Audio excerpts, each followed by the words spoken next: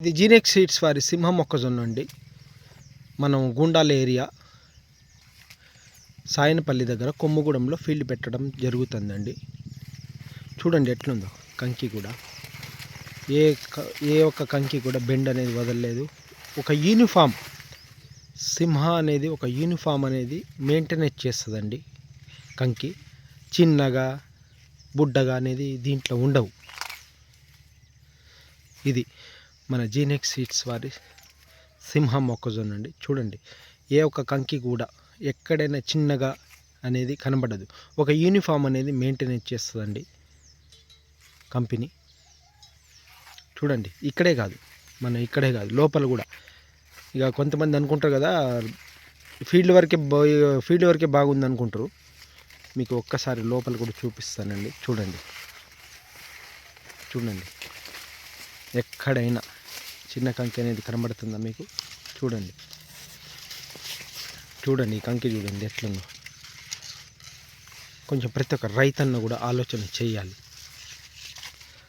అనేది కంపల్సరీ చెయ్యాలి. ఎలాంటి వాతావరణాన్ని తట్టుకుంటుందండి ఇది. చూడండి లోపల చూడండి ఒక విధంగా చూడండి మీరు లోపల ఎట్లుందో చూడండి. ఇలా రావడం వల్ల రైతుకు కూడా చాలా మంచి దిగుబడి వచ్చే అవకాశం ఉందండి. చూడండి లోపల ఎట్లుందో. ఇక్కడే కాదు లోపల కూడా చూడండి ఎలా ఉందో. చూడండి కంకి కూడా చూడండి ఎట్లుందో. కాబట్టి ప్రతి ఒక్క రైతన్న కూడా ఆలోచన కంపల్సరీ చెయ్యాలండి. పునాసకి కానీ యాసంగి కానీ రఫ్ అండ్ టఫ్ వెరైటీ అండి. Rough and tough variety.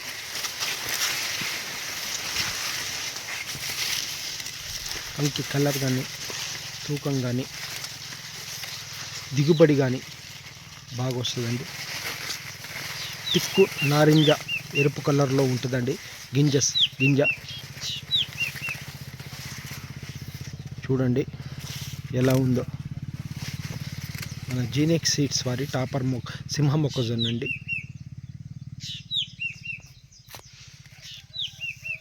చూడండి కను చూపు మేర మనకు కొన్నిటికైతే మన కంకి కనబడదండి. చెట్లు కర్రలు అనేది కనబడుతుంది. మనం సింహాన్ని చూసినాం అనుకోండి కంకులు అనేది బయట కనబడతాయండి.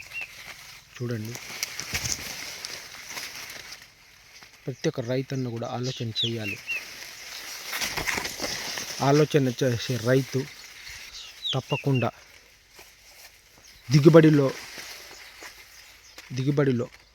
ముందుంటాడని నేను నా నమ్మకం. కాబట్టి ప్రతి ఒక్క రైతన్న కూడా కంపల్సరీ జీనెక్స్ సీడ్స్ వారి సింహ మొక్కజొన్న వేయాలని కోరుకుంటున్నాండి. బాగా ఆలోచన చెయ్యండి.